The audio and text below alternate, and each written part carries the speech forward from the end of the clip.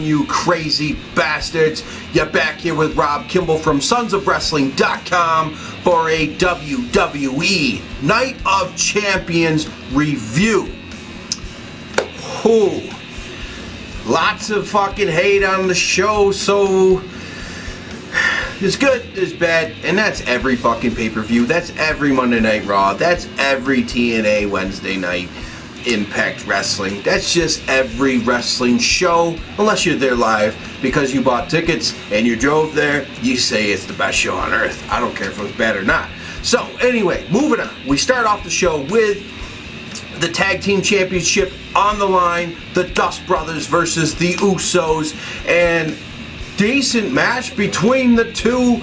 It was just the time for Goldust and Stardust to become champions once again, and the two together works out great, and they're going with this so odd type of couple, type of people. It's just strange and it's intriguing. People want to see it. People want this, and let me tell you what, Goldust is rocking, firing on all cylinders. Even at his age, he's wrestling as he's 25 to 30 years old.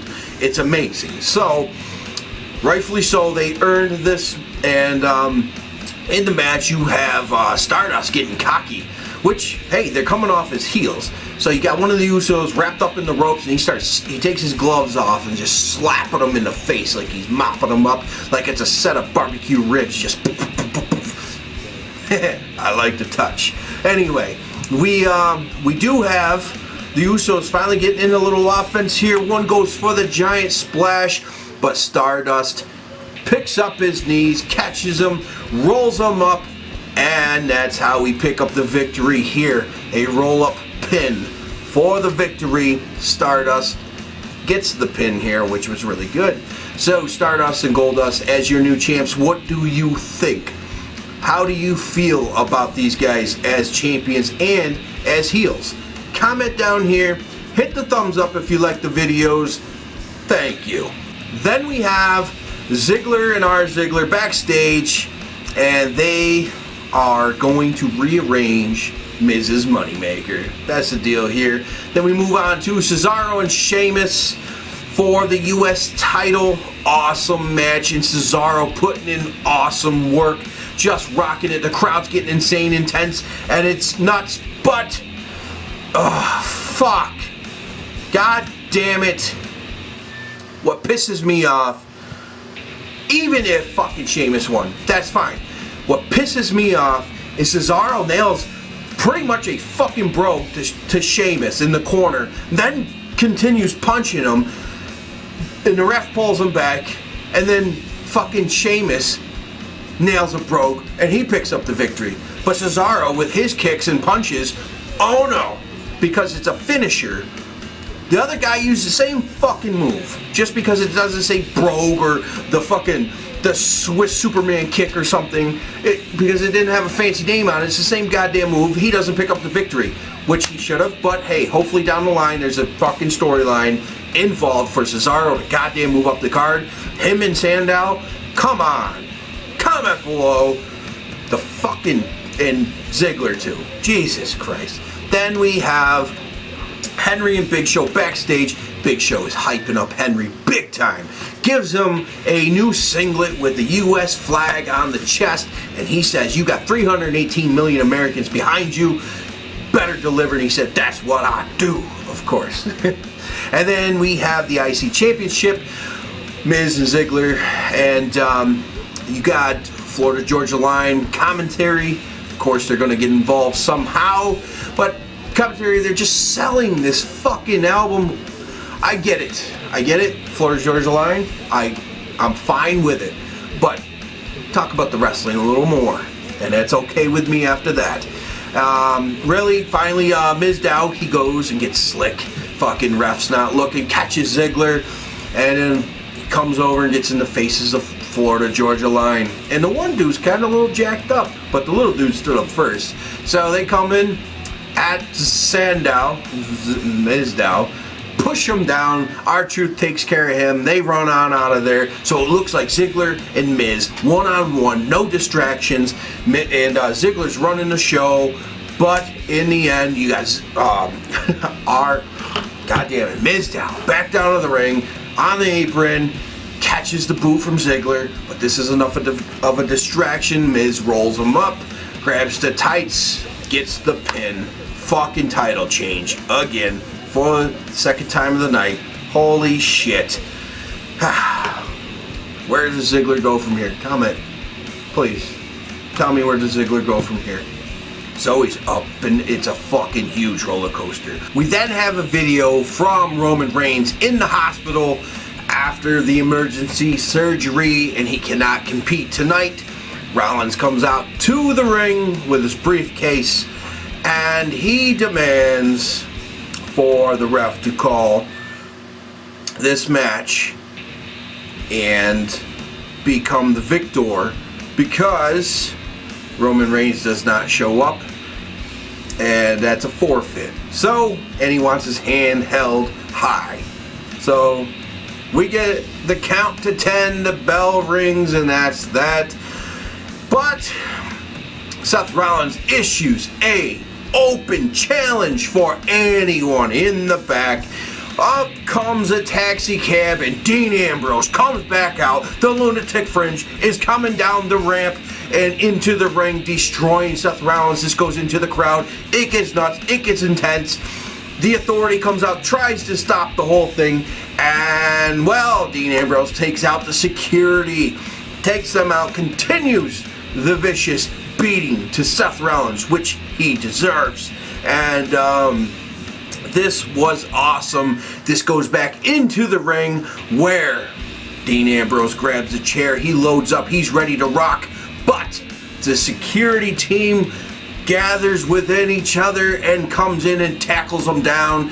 Triple H hands them the giant zip ties to tie him up, arms behind his back, and drag his ass out of the arena. Seth Rollins looks weak here. Just saying.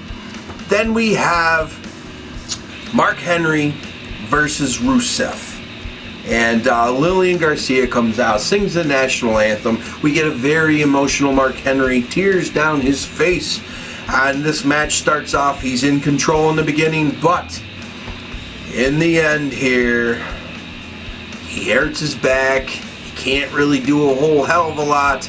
And Rusev nails that big foot to his face, locks in the accolade. There's too much pressure on the back of Mark Henry, and he taps.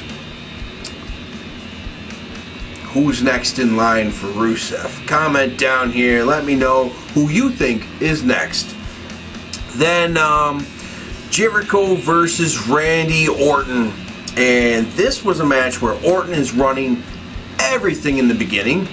And clearly you see where this is going to go, because Jericho gets his offense in, starts doing some really cool shit. There was an awesome superplex from Orton during this match. That was really goddamn cool. But Jericho, it looks like possibly before he does leave for a little while, because why not? WWE, why not have him win? Why not? And it looks like he just may. You got the Walls of Jericho, you've got all sorts of good shit, the lion salt that he hit.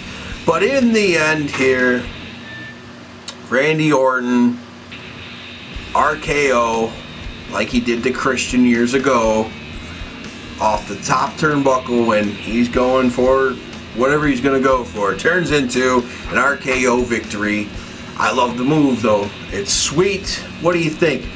I think that Jericho, to have credibility when he does come back, and he's never gone long, so should have picked up the victory here. That's just my opinion. What do you think? Comment down here. Then we have Paige versus AJ versus Nikki. I was pushing for Nikki. Who were you guys pushing for in this match? Oh, man, I wish that happened, but it didn't. We end up having this, a very good about the match with Nikki's doing really, really goddamn good work. But in the end, AJ flings her out of the ring. Oh, vicious bump she took. You got to give her credit. But then Paige and AJ go at it. AJ locks in the Black Widow. Paige looks like she's going to get out of it, but it goes right back into the Black Widow tap. That's that New Divas champ, AJ Lee.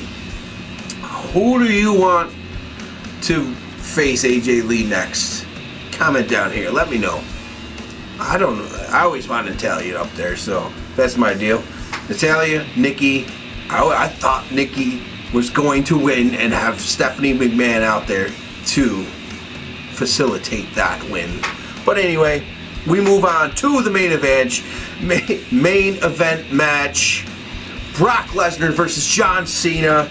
And Brock Lesnar is just crushing John Cena just as before. And we got suplexes left and fucking right. It's going on. He's beating the hell out of him. Cena finally gets in a little offense. He hits an AA. We got some blood coming out of the nose of Brock Lesnar. And AAs. 4 AAs. But how many suplexes? Holy shit.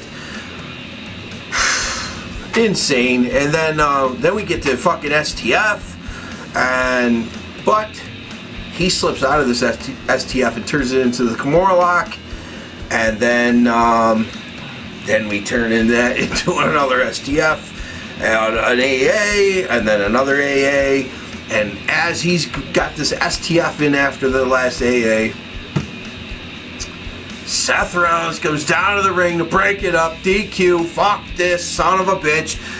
John Cena wins, but Brock Lesnar retains. Seth Rollins looks like he's going to cash in. He does go to cash in, gives it to the ref after he curb stomps Brock Lesnar in the middle of the squared circle. Fucking curb stomp, gives the fucking briefcase to the ref.